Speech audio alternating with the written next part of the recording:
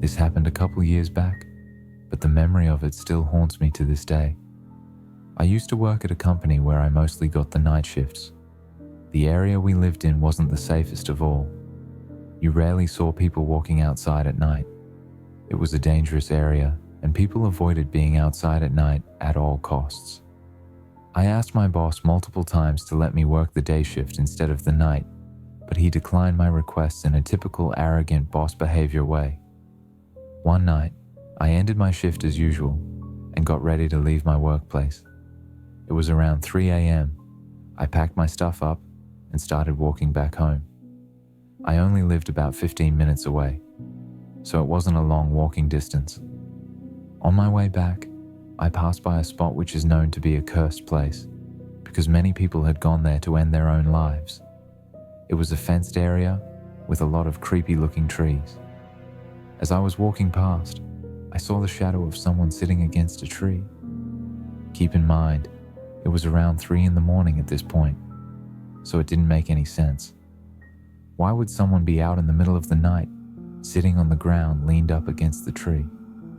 My instinct told me to take a picture of what I was seeing.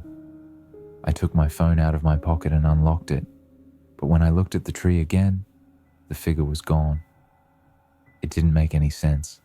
I couldn't even hear a sound of that thing leaving or running away.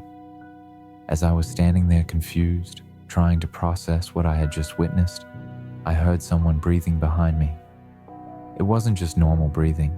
It sounded like a dog who had just ran a mile and was out of breath. Absolutely terrified, I just ran straight to my house. I didn't even dare to look back at whatever was behind me.